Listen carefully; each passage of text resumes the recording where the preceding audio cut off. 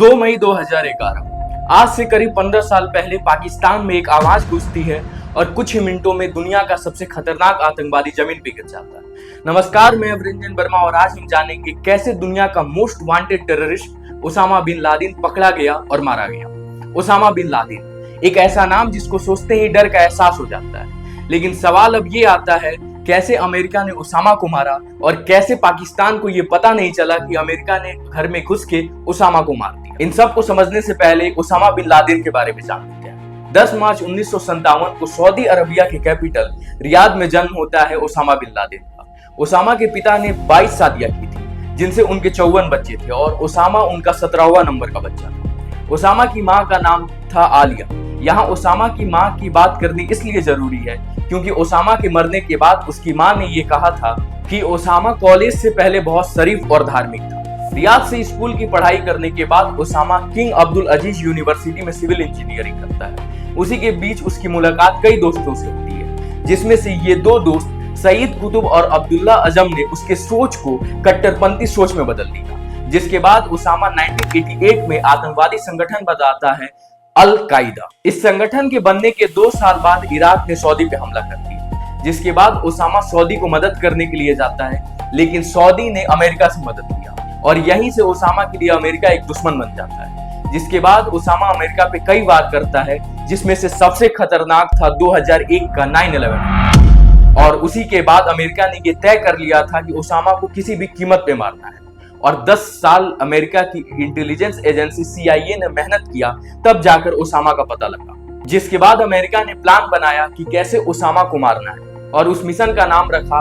Operation Neptune spear. अब हम सारी चीजों को समझते हैं कैसे ऑपरेशन नेपच्यून स्पीयर सफल हुआ। सबसे पहले देखो, ये पाकिस्तान है और ये वो जगह है जहां ओसामा छुपा हुआ था, एबटाबाद। अब ये अफगानिस्तान है और ये है जलालाबाद, वो जगह जहां से अमेरिका सील्स टीम ने अपनी उड़ान भरी थी। होता कुछ यूं है, आज से 15 साल पहले 1 मई 2011 को रात 10:30 बजे 4 हेलीकॉप्टर उड़ान भरने के लिए तैयार थे, जिसमें से 2 का नाम था चिनूक और 2 का नाम था ब्लैक हॉक्स। इन हेलीकॉप्टर पे हेवी फैब्रिक कोटिंग की गई थी, जिसकी वजह से ये पाकिस्तान के रडार में नहीं आए। ब्लैक हॉक्स के एक हेलीकॉप्टर का नाम था चॉक 1 और दूसरे का नाम था चॉक 2।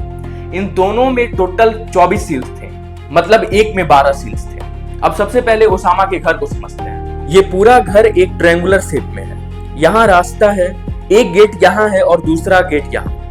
ये गेस्ट हाउस है, मतलब ओसामा से अगर किसी को मिलना है तो उसे ये 2 गेट और गेस्ट हाउस पार करना होगा। ये घर है जहाँ ओसामा रहता था। ये 3 फ्लोर का घर है और तीसरे फ्लोर पे ओसामा रहता था। इस पूरी घर की बाउंड्री की दीवार बहुत ऊंची थी। बाकी यहाँ वो अपना कचरा फेंकता था और यहाँ वो कुछ फल और सब्जी उगाता था। और इस घर से सिर्फ 1 किलोमीटर पे पाकिस्तान मिलिट्री एकेडमी थी। अब आते हैं अपने टॉपिक पे। चौक 2 ओसामा बिन लादेन के सामने वाले रास्ते पे कुछ मिलिट्री को उतारने के बाद ओसामा के छत पे बाकी मिलिट्री को उतार देता है। उसके बाद वो अपने पोजीशन पे चला जाता है। अब बारी थी चौक 1 की। उसको यहाँ सील्स को उतारना था। सबसे पहले सील्स के मतलब को समझ लेते हैं। यूनाइटेड स्टेट नेवी सी एयर लैंड टीम। लेकिन चौक 1 जैसे अपने डिसाइडेड पोजीशन पे आता है, वो एयर वॉर्टेक्स फ्लो का शिकार हो जाता है और जाकर यहाँ गिर जाता है, जिसमें पीछे का हिस्सा दीवार से लग के टूट जाता है। लेकिन सील्स पूरे तरह से सेफ थे। सबसे बड़ी बात यह है, वहां इतनी बड़ी घटना हो जाती है लेकिन वहां किसी को कुछ पता नहीं चलता। इसके बाद सील्स इन दोनों गेट को ब्लास्ट करते हैं और गेस्ट हाउस के पास आ जाते हैं। तब तक अंदर से AK-47 गोली चलने लगती है। ये गोली चला रहा था अबू अहमद। अबू अहमद ओसामा का बहुत खास था, यूं बोले तो उसका राइट है। इस गेस्ट हाउस में 4 लोग थे, अबू अहमद की पत्नी और 2 बच्चे। सील्स अबू अहमद को मार देते हैं और उसकी पत्नी और 2 बच्चे को बंदी बना लेते हैं। जिसके बाद कुछ सील्स अंदर आ जाते हैं और बाकी सील्स पूरे घर को सिक्योर कर देते हैं। जब घर के ग्राउंड फ्लोर पे सील्स आते हैं, तब उन्हें वहां अबरार दिखता है, अबू अहमद का छोटा भाई। उसके बाद सील्स फायरिंग चालू करते हैं, लेकिन अबरार की पत्नी बीच में आ जाती है और गोली लगने के कारण मर जाती है। जिसके बाद सील्स अबरार को भी मार देते हैं और वहां भी कुछ बच्चे थे जिनको सील्स सेफली गेस्ट हाउस में ला देते हैं। उसके बाद सील्स फर्स्ट फ्लोर पे आते हैं। वहां था ओसामा का सगा बेटा खालिद। सबसे पहले ये जान लो, सील्स जब गेस्ट हाउस के पास आए थे तब उन्होंने पूरे बिल्डिंग के लाइट को ऑफ कर दिया था। सील्स के पास नाइट विजन गॉगल थे, जिसकी वजह से उनको कोई दिक्कत नहीं हो रही थी और उनके कपड़े पे लगा था मिनी कैमरा, जिसकी मदद से अमेरिका व्हाइट हाउस में ये सारी चीजें लाइव चल रही थी। अब आते हैं वापस से टॉपिक पे।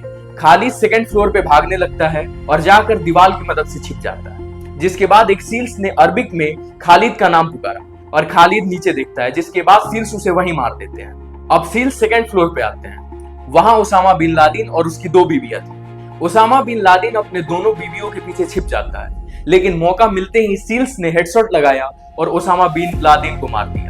और कुछ इस तरह अमेरिका ने ऑपरेशन नेपच्यून स्पीयर को सफल किया बिना पाकिस्तान को पता लगे और उसामा बिन लादेन को मार दिया। अगर आपको ये वीडियो अच्छा लगा हो तो लाइक करें, अपने दोस्तों में शेयर करें। मिलते हैं अगले वीडियो।